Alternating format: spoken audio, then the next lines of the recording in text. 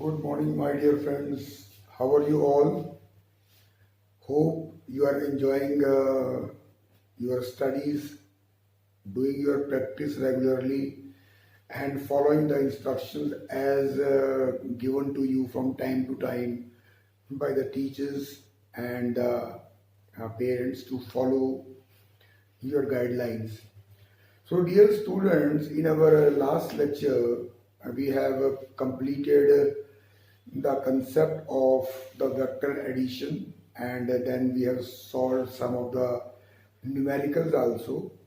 And once again, we will solve today some more numericals so that you can develop little more confidence on the implementation of these laws of vector addition. So, my dear friends, today we are going to take up the first question from the same additions and let us see how it works. So, now you can see, my dear friends, the question is written on the board. Okay, add a force of 8 Newton directed northward to a force of 6 Newton directed westward. So the question क्या कह रहा है कि there is a force which is acting towards west and having the magnitude of 6 Newton. इस force में हमें add करना है 8 न्यूटन की फोर्स को which is acting northward 8 Newton's force. Any doubt about question? So obviously the angle between these two vectors, which is theta, will be 90 degree. ठीक होगी बात? अब calculate the magnitude and direction of the resultant. अब resultant, you know, it will be this. This is the resultant. And according to the concept of triangle law, you know the direction will be from this side to that side. And with north, that means angle you have to find with north. देखिए यहाँ word को समझिए. We have to find the direction of resultant with north. That means how much this angle alpha. देखिए with north. अगर यही question होता with waste तो हम ये निकालते, but this question is saying find the angle with north. तो north के साथ का एंगल, बिकॉज देखिए अब परपेंडिकुलर ये हो जाएगा, बेस ये हो जाएगा. अगर एंगल ये होता then this should have been perpendicular, this should have been base. I think the question is very clear. Okay, so everybody can find out the resultant very easily. R will be equal to, I don't have to tell you, this square plus this square, 8 8 is 64, and that makes your R under root of 100, and that means the resultant is 10 Newton, and direction you can easily see it will be from this side to that side. Is it clear? Now as far as the second part is concerned, the direction with north, that means I have to find the value of alpha. But to find the value of alpha, we have one formula. Tangent alpha is equal to perpendicular over base. So tangent alpha will be equal to, perpendicular is 6 and the base is 8. And when I solve this, what do I get, my dear friends? I will be getting tangent alpha is equal to 0.75. But I have to find the meaning of alpha. So this tangent will go in the denominator and will be termed as tangent inverse. 0.75। अब इसको कैसे solve करना है? For that look at the paper which I am going to show you now. We have to find the value of alpha from the which is given tangent inverse 0.75. And how we are going to find that? Just look at the following page. So dear friends, as we are just looking the value which is written on the board, it is alpha is equal to tangent inverse 0.75, and I have to find the value of alpha. And how will we calculate this value is, for that what we have to use, we have to take the help of what we call as log table or the trigonometric tables. I will just show you on the back of your book. There are 2-3 pages which are given, that is called the log table. You can see, I'll just try to put it here and just take it back. Your log table or a book looks like this, which is given on the last page. There are 4-5 pages like this.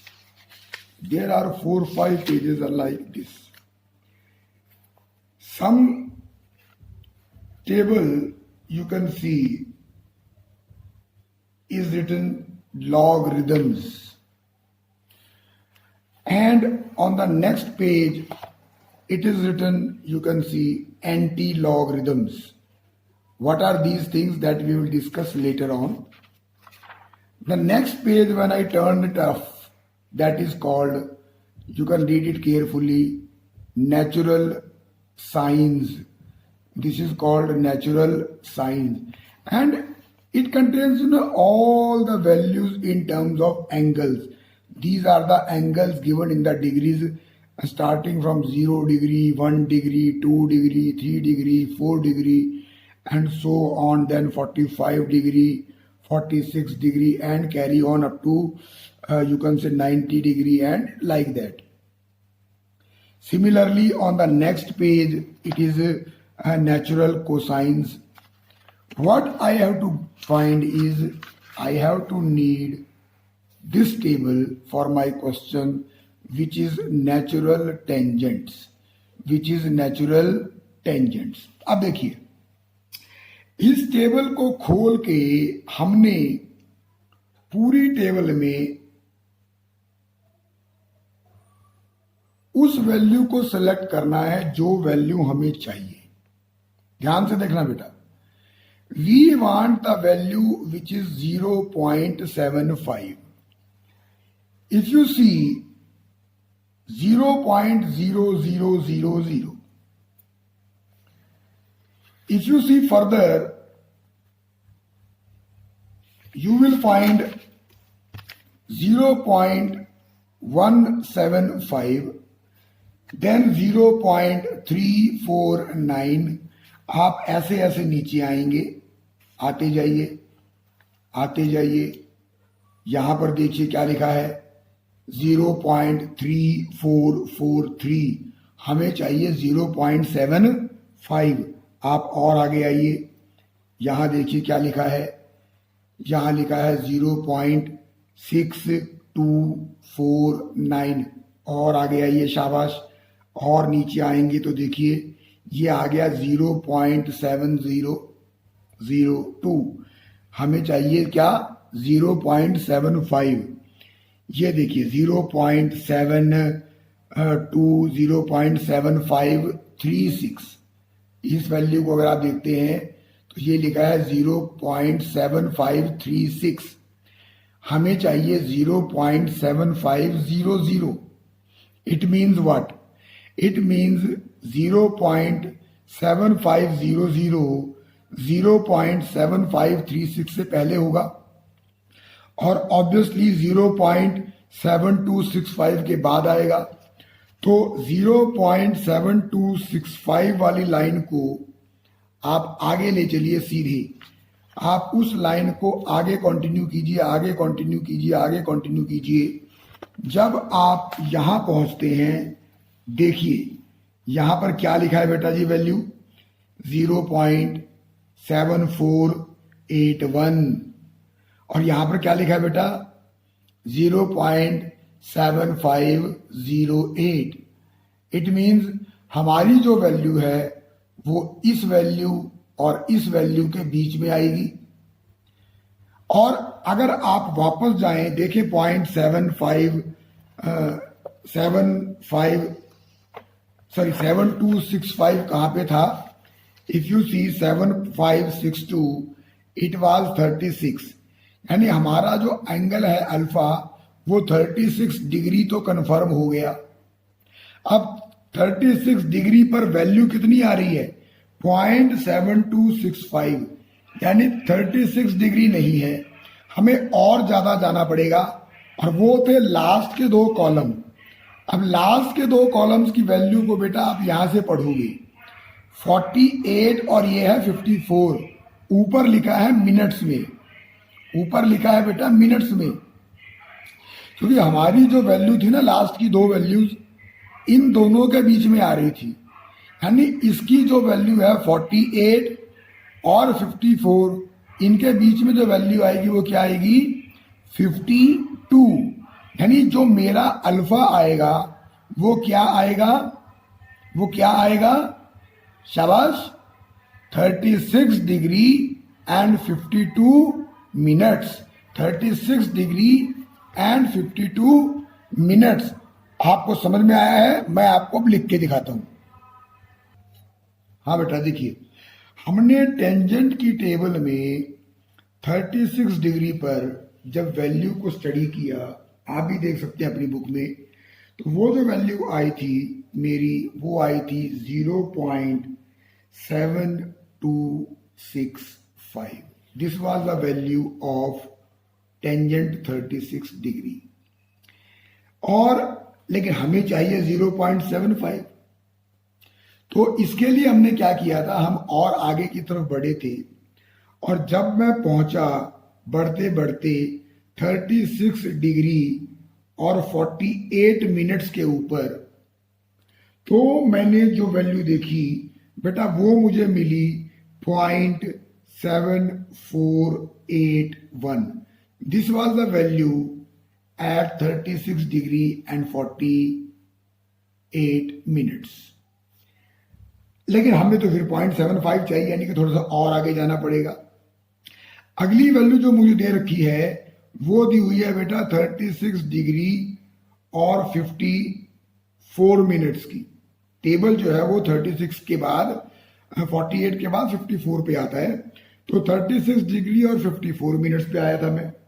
जब मैंने उसकी value को select किया तो मुझे जो value मिली वो मिली 0.75 और साथ में 08। इसका मतलब बड़ा क्लियर हो गया कि मेरी जो वांटेड वैल्यू है वो इसके और इसके बीच में आएगी, यानी कहीं ना कहीं 48 और 54 के बीच में आएगी। और इन दोनों के बीच की वैल्यू को मैंने अपनी कंफर्टेबिलिटी के हिसाब से कैलकुलेट करके निकाला आंसर 36 डिग्री और 52 मिनट्स। ये हमारी वैल्यू आ गई अल्फा की, यानी this is the value of alpha. कहने का मतलब ये है कि आज हमने इस वीडियो में सिर्फ एक ही न्यूमेरिकल किया, लेकिन मेरा उद्देश्य क्या था, to make you understand how to you can say check the value of an angle using the trigonometric table. मैं आपको फिर बता रहा हूं, आपके एग्जाम पॉइंट ऑफ व्यू से this may not be important, but as a student of science you should know how to see the log table and find the various values of a given angles. So one more example we will take and try to find it again. ठीक है बेटा, एक example और लेते हैं छोटा सा।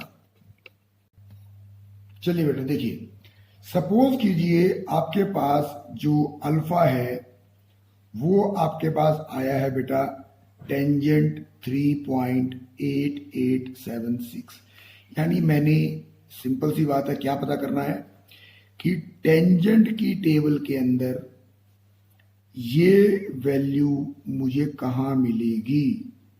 बात समझ आ रही है कि in the table of tangent where I will be able to find the value of this. Procedure is the same. First, I will try to find this value to the nearest place in terms of solid angle. Solid angle में जैसे हमने पिछले example में निकाला था 36, तो 36 degree तो solid था कि ये तो पक्का है ही है। उसके बाद का फर्क था कि मिनट्स कितने होंगे। तो सबसे पहले तो हम ये देखते हैं कि सॉलिड एंगल इसमें कौन सा है। तो जब मैं वही तरीका कि टेबल में जब इस वैल्यू को ढूंढने की कोशिश करता हूं 0 डिग्री से शुरू करते हुए धीरे धीरे बढ़ते बढ़ते बढ़ते बढ़ते बढ़ते बढ़ते, और जब मैं पहुंचता हूं बेटा 75 डिग्री के ऊपर, तो जब मैं 75 डिग्री पर आता हूं तो 75 डिग्री पर बेटा मुझे मिल रहा है 3.7321, और बेटा जी मुझे 76 डिग्री पर मिल रहा है 4.0108। ये आप भी देख सकते हैं अपनी बुक में, ठीक है ना। इसका मतलब मेरी ये जो वैल्यू है वो 75 और 76 के बीच में आएगी, क्योंकि 75 पर 3.7 है और 76 पर 4.0 है। मतलब 76 वाला कैंसिल हो गया, हमारे लिए काम खत्म, तो इसकी तो हमें जरूरत ही नहीं आएगी अब। यानी कहीं ना कहीं 75 डिग्री अब कितने मिनट जाएंगे। अब वो मिनट के लिए आप क्या जाएंगे, you have to proceed horizontally. 75 वाली लाइन में हॉरिजॉन्टल आप चलिए फ्रॉम लेफ्ट टू राइट।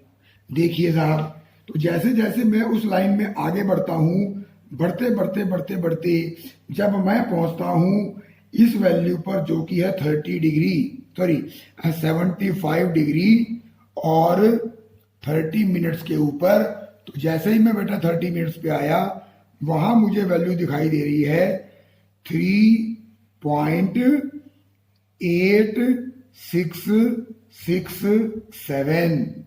ठीक होगी बात बेटा। तो यहां मुझे क्या दिख रहा है 3.8667, लेकिन हमें चाहिए कितनी, हमें कितनी चाहिए 8876। वी वांट 8876 और हमें मिली कितनी है 8667। ठीक है ना। और अब मैं अगर उससे अगले स्टेप को देखता हूं तो उससे अगला स्टेप कौन सा बेटा जी, 75 डिग्री और 36 मिनट, 75 डिग्री और 36 मिनट्स का, उसमें जो मुझे वैल्यू दिखती है वो दिखती है बेटा 3.8947, 3.8947। यानी कहीं ना कहीं हमारी जो वांटेड वैल्यू है उससे ज्यादा। इसका मतलब क्या हो गया कि हमारा एब्सोल्यूट जो आंसर आएगा वो इन दोनों के बीच में कहीं ना कहीं आएगा। यानी कि 75 डिग्री तो देखो जी पक्का ही है बेटा, 75 डिग्री तो पक्का ही हो गया। अब या तो 30 होगा या 36 होगा या 31, 32, 33, 34, 35, कुछ भी हो सकता है। देखो 36 तो होगा नहीं। अब हमने क्या करना होता है, हम ये देखते हैं कि बेटा इसमें और इसमें डिफरेंस कितना है। वो 6 डिग्री के लिए डिफरेंस है ना। देखो 67 से लेकर के, और जब आप यहां पे आएंगे लगभग लगभग मैं ये समझता हूं कि 280 का डिफरेंस आ रहा है। अब 280 difference is out of you can से 6 डिग्री। तो नजदीक टू नजदीक जो हमारी वैल्यू आएगी बेटा, मुझे लगता है कि 75 डिग्री और 31 मिनट्स, ये मैंने अप्रोक्सीमेट कहा है। आपने और एक्यूरेट जाना है तो उसका तरीका मैं बाद में बताऊंगा। फिलहाल के लिए तो ये एंगल आएगा हमारा 75 डिग्री और 31 मिनट्स। ठीक है, तो आज के लिए इतना बहुत है। होप आपने इंजॉय किया है और बाकी हम कल कंटिन्यू करेंगे बेटा। ठीक है जी, ऑल द बेस्ट। लेकिन सबसे बड़ी बात एक चीज को आपने ध्यान रखना है, मुझे आता है, आपने सीखना है। सीखा कब जाएगा? जब आप अपनी तरफ से कोई भी वैल्यू लेकर के, या अपने पेरेंट्स को बोलिए वैल्यू दे दो, अपने फ्रेंड्स को बोलो कोई भी वैल्यू बोलो, मैं उस वैल्यू को टेंजेंट में ढूंढने की कोशिश करता हूं। In that way you will develop the confidence and you will also be able to know how to check the value of trigonometric table। लेकिन खाली टेंजेंट के लिए नहीं है बेटा, साइन के लिए भी और कॉस के लिए भी इसी प्रोसीजर के थ्रू वैल्यूज को कैलकुलेट किया जाता है। ठीक है बेटा, चलो शाबाश।